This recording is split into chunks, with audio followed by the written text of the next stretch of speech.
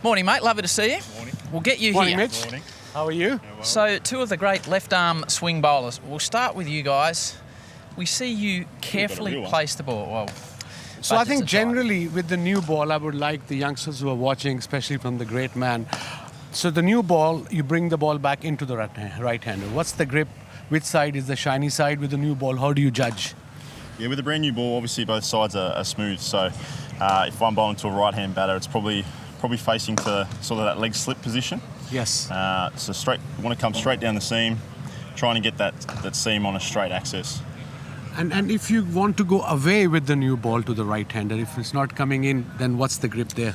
Yeah, something that Paddy Cummins does really well, something you did really well both ways. I don't do it as much because I don't think I've got that flick of the wrist that you talk about. Sure. So I'm more of that wobble seam where I try and pitch it on the stumps and nip it away. And it goes with the angle. Goes with the angle. So if you're trying to swing it as a left armer, obviously you're pointing to go the other way away from the right-hand batter is to point it to the probably first slip, second slip, and you still want to get that seam coming down straight. So that flick of the wrist that you talk about all the time.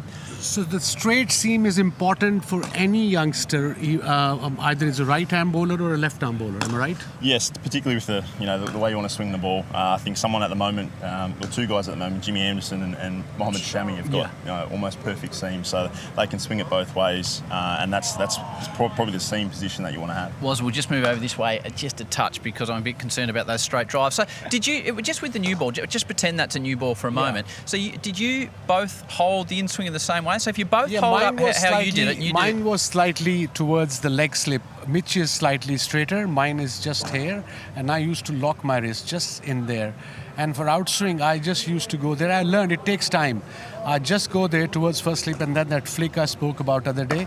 And that again in the beginning, if your natural swing is in swing, if you try this one, it lowers your pace a bit, at least for a month or two, because your muscles are not used to it. And once you get the hang of it, the pace comes back. And now we'll talk about reverse swing. Okay, this is a reverse swing ball. Nicely rough trump from the one side.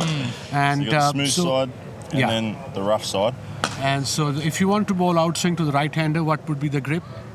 The outswing to the right-hander. From over the wicket? Basically, you're doing the opposite. Yeah. So you've got the shiny side where you would have with the new ball, but what's going to happen is with all this rough side, the air's going to move over that side quicker.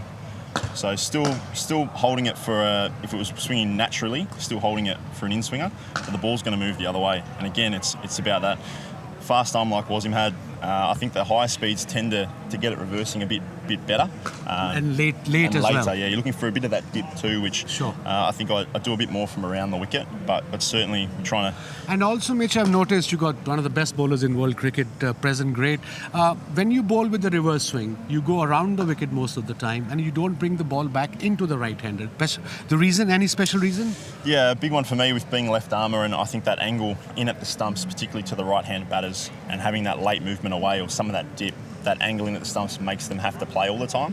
So yeah, well, I've spoken to you a bit about it, and having that one to come back in would complement that. And I think having a bit of a lower arm around the wicket to get that late dippy swing away sometimes means that I can't bring that one back in all the time. So I have to be a little bit taller and a little bit more conscious of having that straight wrist, which I get a little bit lazy that way. Yeah, absolutely. And I think with your pace, if you bring the ball back in, especially even in shorter format, T20 or one day, you'll get a lot more wickets. And what I used to do, I used to go around the wicket as well, and I just used to hold the ball like this, and I used to go slightly wider, from slightly slingier, as you call it. Not straight, I used to go slightly slingier, and with the angle around the wicket, he used to come with the angle as well. So you must try, but I think he knows what to do. Why I'm telling him. Two masters of the trade. We'll just come this way again because Dave Warner's in there. We don't want to get hit in the back of the head. So if it's not swinging, in that period between traditional and then reverse, what are you trying to do, and what did you try and do? Like yesterday, say after 40th over, 50th over, it wasn't happening. Nothing was happening with the ball. Yeah, poor example here. I think it's a pretty slow dead old wicket. But I think something that I've had to add to my game is that middle period where it's not swinging. And having spoken to the two big boys behind me for a long time, we've had that relationship.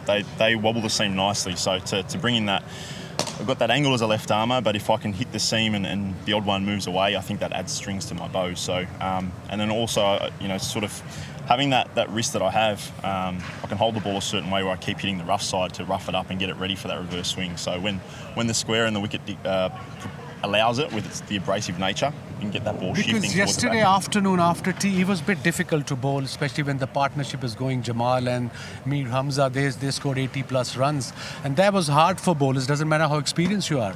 Yeah, they played well. I think Amir obviously took the game on a little bit, played some really nice shots. I think the nature of the wicket probably meant that, whilst we got some wickets with the short ball, it wasn't, once you sort of got used to the pace of it, it wasn't that difficult to lock in there. So, yeah, he played his shots and played really well and did really well for his 80 runs. But something to keep in mind for the later stage of the game, I think. Just as we let you go, the last over, where were you watching and what were you feeling? It was all happening 4 off the first ball and then just over the top of the bails on that 5th ball.